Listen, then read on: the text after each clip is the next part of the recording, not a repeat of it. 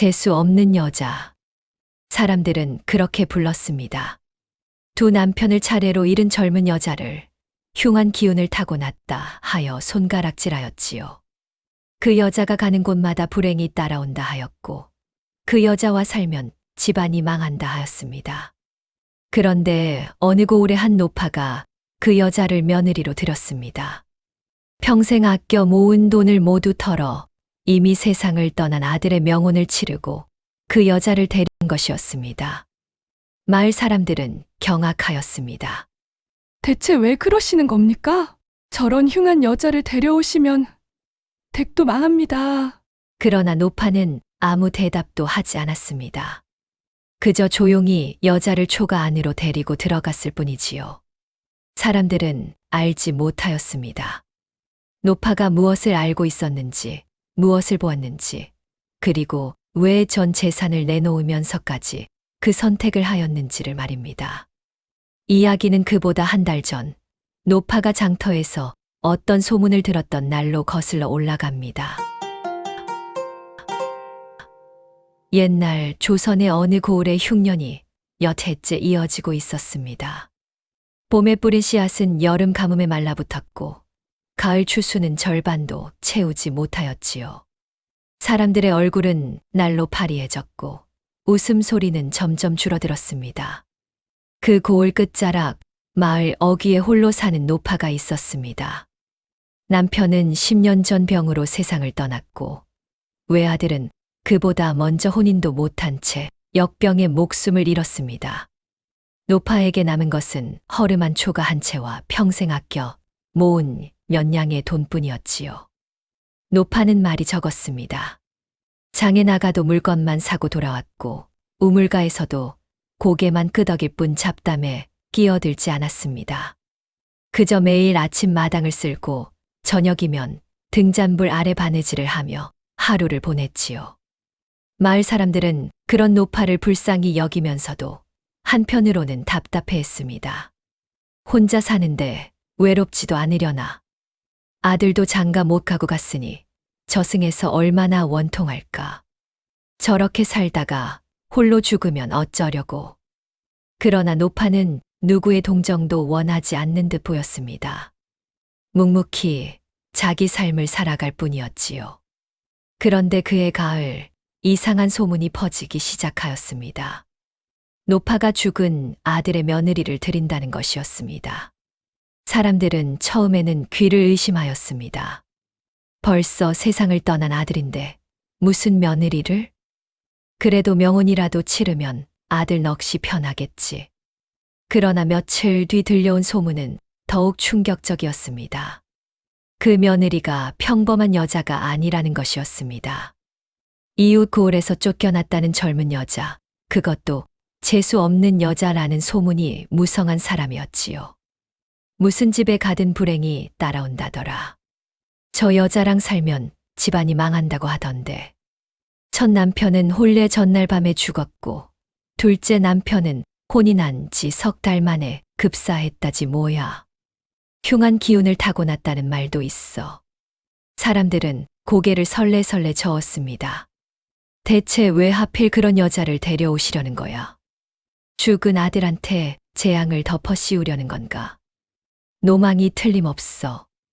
그러나 며칠 뒤 소문은 사실이 되었습니다. 노파가 장터에서 낯선 여자와 함께 돌아온 것입니다. 여자는 20살 남짓 되어 보였고 얼굴은 창백했으며 눈빛은 어딘가 텅 빈 듯하였습니다. 더욱 놀라운 것은 노파가 그 여자를 위해 전 재산을 털었다는 사실이었습니다.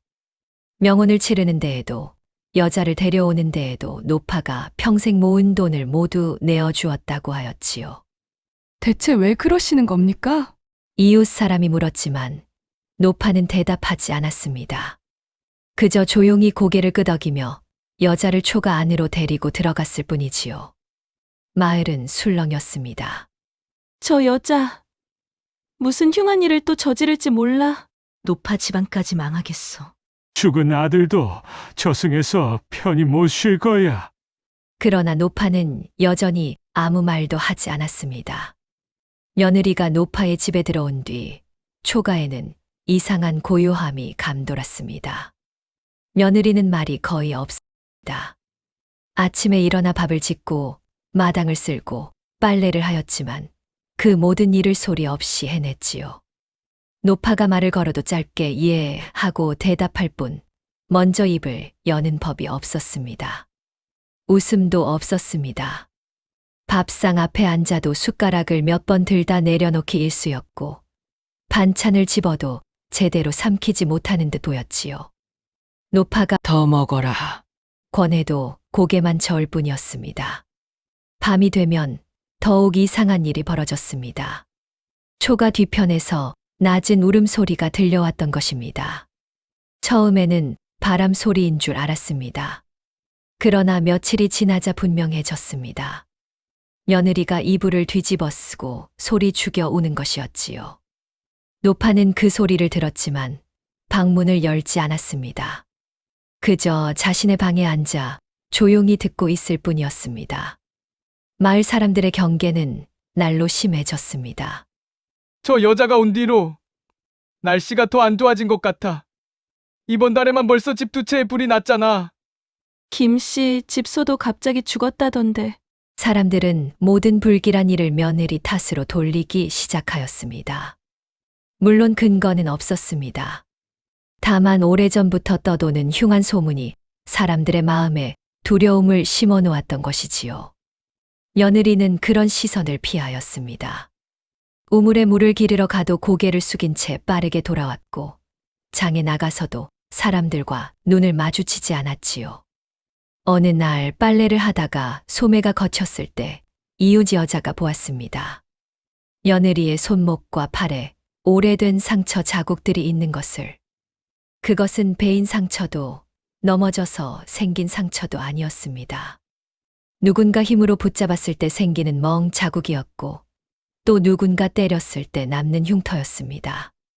여자는 놀라서 물었습니다. 그건 대체. 하지만 며느리는 황급히 소매를 내리고 고개를 숙인 채 아무 대답도 하지 않았습니다.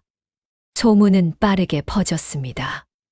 역시 흉한 여자야. 저런 상처가 있다는 건 뭔가 잘못이 있었다는 거지. 저주받은 게 분명해. 노파도 곧 탈이 날 거야. 그러나 노파는 여전히 아무것도 묻지 않았습니다.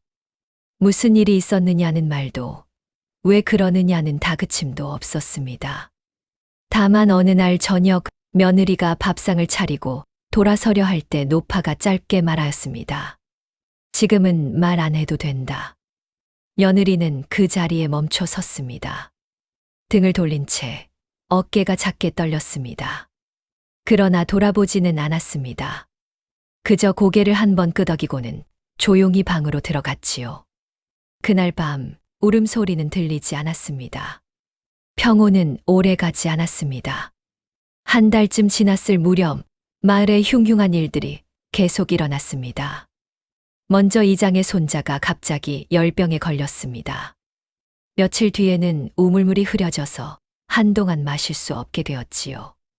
그리고 어느 날 밤 마을 사당에 번개가 떨어져 지붕 일부가 타버렸습니다. 사람들은 모두 한마음으로 외쳤습니다. 저 여자 때문이야! 흉한 기운을 데려온 거라니까! 당장 내보내야 해. 급기야 마을 사람들이 노파의 집 앞에 몰려들었습니다. 이장이 앞장서서 말하였습니다. 노파, 며느리를 내보내시오. 저 여자가 이 마을에 재앙을 부르고 있소. 노파는 대문 앞에 서서 고개를 저었습니다. 무슨 근거로 그런 말을 하시오? 근거가 어디 필요하오? 저 여자가 온 뒤로 마을에 좋은 일이 하나도 없지 않소. 그것이 어찌 이 아이 탓이오? 소문이 다 사실이었소. 재수 없는 여자라는 것이 두 남편을 죽인 여자가 아니오? 노파는 잠시 침묵하였습니다. 그러고는 조용하지만 단호하게 말하였습니다. 이 아이는 죄인이 아니오. 그럼 무엇이란 말이오? 이 아이는 억울한 사람이오. 사람들은 술렁였습니다. 무슨 소리요? 억울하다니? 노파는 며느리를 돌아보았습니다. 며느리는 고개를 숙인 채 떨고 있었습니다. 노파는 다시 사람들을 향해 말하였습니다. 이 아이는 내 며느리오. 내 죽은 아들의 아내요. 누가 뭐라 해도 내보낼 수 없소. 이장이 다시 말하였습니다. 노파, 마지막으로 말하겠소. 저 여자를 내보내지 않으면 우리도 방법이 있소. 마을 사람들이 모두 노파, 댁과 상종을 끊을 것이오. 그리하시오. 노파의 대답은 짧았습니다. 사람들은 분한 표정으로 돌아갔습니다. 그날 이후 마을 사람들은 정말로 노파의 집을 외면하였습니다. 길에서 마주쳐도 인사를 받지 않았고 장터에서 물건을 팔아도 사주지 않았지요. 며느리는 그 모든 것을 보았습니다. 그리고 어느 날 밤 노파에게 말하였습니다. 제가 떠나겠습니다. 안 된다. 시어머님까지 이런 일을 당하실 수는 없습니다. 저는 정말로 재수 없는 사람인가 봅니다. 노파는 며느리의 손을 꼭 잡았습니다. 너는 재수 없는 것이 아니다. 하지만 너는 내 며느리다. 며느리는 함부로 내보내는 것이 아니다. 며느리는 더 이상 말하지 못하였습니다. 그저 노파의 손을 꼭 잡은 채 눈물만 흘릴 뿐이었지요. 그로부터 보름쯤 지난 어느 밤이었습니다. 노파가 잠에서 깨어난 것은 이상한 소리 때문이었습니다. 며느리 방에서 무언가 떨어지는 소리가 들렸던 것이지요. 며느리야? 대답이 없었습니다. 노파는 황급히 방문을 열었습니다. 그리고 그 자리에서 얼어붙었습니다. 며느리가 쓰러져 있었던 것입니다. 얼굴은 잿빛이었고 입술은 파랗게 질려 있었습니다. 숨은 가늘게 이어지고 있었지만 의식은 없었지요. 노파는 이웃집 문을 두드려 사람을 깨웠고 급히 의원을 불렀습니다. 의원이 와서 며느리를 살펴보더니 심각한 표정으로 고개를 저었습니다. 이 사람은 병이 오래되었습니다. 무슨 병입니까? 정확히는 알 수 없으나 몸에 상처가 너무 많습니다. 오래전부터 학대를 받았던 것 같습니다. 그것이 병이 되어 몸속 깊이 들어앉은 것 같습니다. 의원은 잠시 말을 멈추었다가 조용히 덧붙였습니다. 오래 사시지는 못할 것 같습니다. 노파는 아무 말도 하지 못하였습니다. 의원이 약을 남기고 돌아간 뒤 며느리는 사흘 동안 깨어나지 못하였습니다. 그 사흘 동안 노파는 며느리 곁을 떠나지 않았습니다. 물수건으로 이마를 닦아주고 약을 다려 입에 넣어주었지요. 사흘째 되던 날 며느리가 눈을 떴습니다. 시어머님. 처음으로 며느리가 먼저 입을 열었습니다.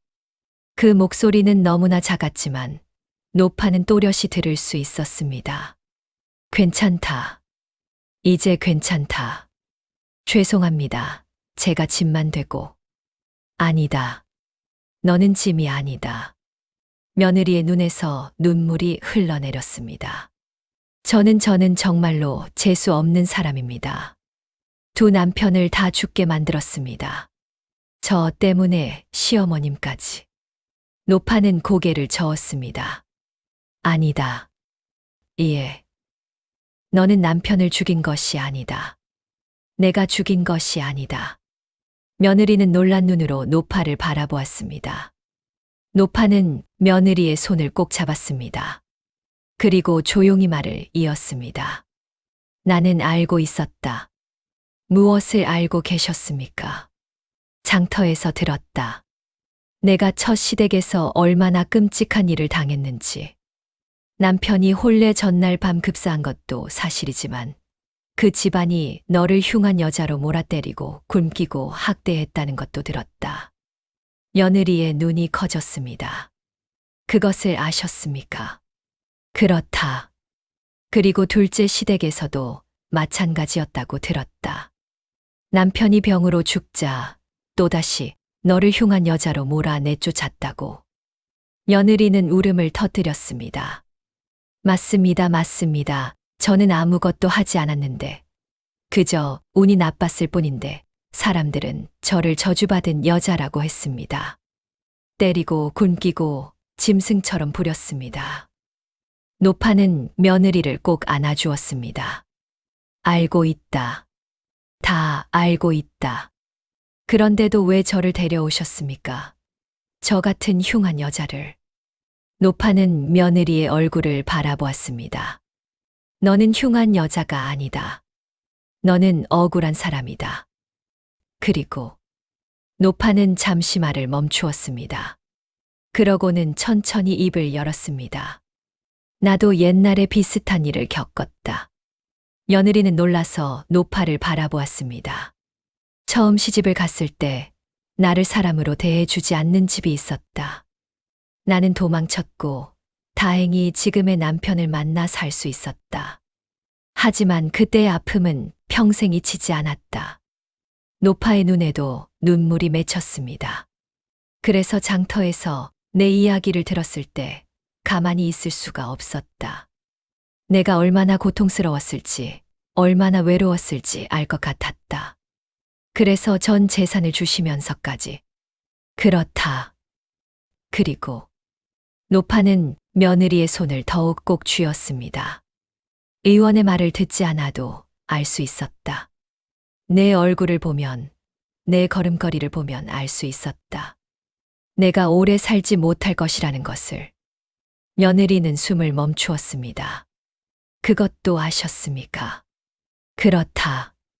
그래서 전 재산을 내놓은 것이다. 왜 그러셨습니까? 곧 죽을 사람에게. 노파는 며느리의 눈을 똑바로 바라보았습니다. 내가 남은 시간이 길지 않다는 걸 알았기 때문이다. 마지막만큼은 사람으로 살게 해주고 싶었다. 흉한 여자도 재수 없는 여자도 아닌 한 사람으로. 누군가의 며느리로. 누군가의 가족으로. 며느리는 노파의 품에 안겨 소리 내어 울었습니다. 그동안 참아왔던 모든 슬픔과 억울함과 고통이 한꺼번에 쏟아져 나왔습니다. 노파는 그런 며느리를 조용히 안아주었습니다. 이제 괜찮다. 이제 내가 사람이라는 것을, 가족이라는 것을 모두 알게 될 것이다. 며느리가 깨어났다는 소식이 마을에 퍼졌습니다. 그리고 의원이 며느리를 진찰하면서 한 말도 함께 퍼졌습니다. 오래된 학대의 흔적, 몸에 가득한 상처들, 그것이 병이 되어 깊이 들어앉았다는 이야기가. 마을 사람들은 충격을 받았습니다. 그럼 저 여자가 재수 없는 것이 아니라 학대를 당한 것이었구나. 우리가 또 그런 사람을 괴롭힌 거야. 며칠 뒤 장터에서 장사를 하던 한 상인이 마을을 찾아왔습니다. 그는 며느리가 살았던 고을에서 온 사람이었습니다. 제가 직접 봤습니다. 저 여자가 첫 시댁에서 얼마나 끔찍하게 맞았는지. 남편이 급사하자 시댁 식구들이 저 여자를 마당에 묶어놓고 매질을 했습니다. 흉한 여자라며 저주를 가져왔다며. 상인은 분한 표정으로 말을 이었습니다. 둘째 시댁도 마찬가지였습니다. 남편이 병으로 죽자 또다시 저 여자를 때리고 굶기고 내쫓았습니다. 저 여자는 아무 잘못도 하지 않았습니다. 그저 운이 나빴을 뿐입니다. 마을 사람들은 부끄러워서 고개를 들지 못하였습니다. 자신들이 얼마나 함부로 사람을 판단했는지, 얼마나 쉽게 소문을 믿었는지, 또다시 억울한 사람을 괴롭혔는지 깨닫게 되었던 것입니다. 이장이 가장 먼저 노파의 집을 찾아갔습니다. 죄송합니다. 노파는 아무 말도 하지 않았습니다. 우리가 잘못했습니다. 소문만 믿고 진실을 알려 하지 않고. 이장은 깊이 절을 하였습니다. 며느리가 방에서 나왔습니다. 여전히 얼굴은 창백했지만 눈빛은 전보다 조금 밝아져 있었습니다. 괜찮습니다. 며느리가 조용히 말하였습니다. 저도 이제 익숙합니다. 사람들이 저를 오해하는 것에. 아닙니다. 용서를 구하려 온 것입니다. 며느리는 잠시 침묵하였습니다. 그러고는 고개를 끄덕였습니다. 용서합니다. 하지만, 예. 다시는 소문만으로 사람을 판단하지 마십시오. 그것이 얼마나 사람을 아프게 하는지 저는 너무 잘 압니다. 이장은 고개를 숙였습니다. 그날 이후 마을 사람들이 하나둘 찾아왔습니다. 사과하고 용서를 구하였습니다. 며느리는 모두를 용서하였습니다. 그러나 그 용서는 쉽게 나온 것이 아니었습니다. 얼마나 많은 고통을 견뎌야 했는지, 얼마나 많은 눈물을 흘려야 했는지, 그 무게를 알기에 조용히, 천천히 용서할 수 있었던 것이지요. 며느리는 기적처럼 살아났습니다. 의원의 말과 달리 며느리는 조금씩 기력을 회복하였습니다. 물론 병은 완전히 낫지 않았습니다. 여전히 숨이 가쁠 때가 있었고, 걷기 힘들 때도 있었지요. 하지만 살아 있었습니다. 그리고 무엇보다 며느리는 이제 웃을 수 있게 되었습니다. 노파의 재산은 이미 모두 사라졌습니다. 명혼을 치르는 데 썼고, 며느리를 데려오는 데 썼으며, 의원을 부르는 데 썼고, 약을 사는 데 썼습니다. 이제 두 사람에게 남은 것은 초라한 초가 한 채뿐이었지요. 그러나 두 사람은 더 이상 혼자가 아니었습니다. 아침이면 함께 마당을 쓸었고, 저녁이면 함께 밥을 먹었습니다. 며느리는 이제 먼저 말을 걸었고, 노파는 그 말에 웃으며 대답하였습니다. 마을 사람들도 달라졌습니다. 이장이 쌀을 보내왔고, 이웃집 안악이 반찬을 가져왔습니다. 젊은이들은 겨울을 앞두고 초가 지붕을 고쳐주었지요. 미안했습니다. 함부로 판단해서.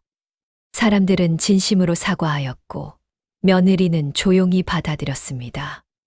어느 날 며느리가 노파에게 물었습니다. 시어머님, 제 이름을 지어주시겠습니까? 이름? 네. 저는 태어나서 한 번도 제 이름을 가져본 적이 없습니다. 그냥 야 하고 불렸을 뿐입니다. 하지만 이제는 이름을 갖고 싶습니다.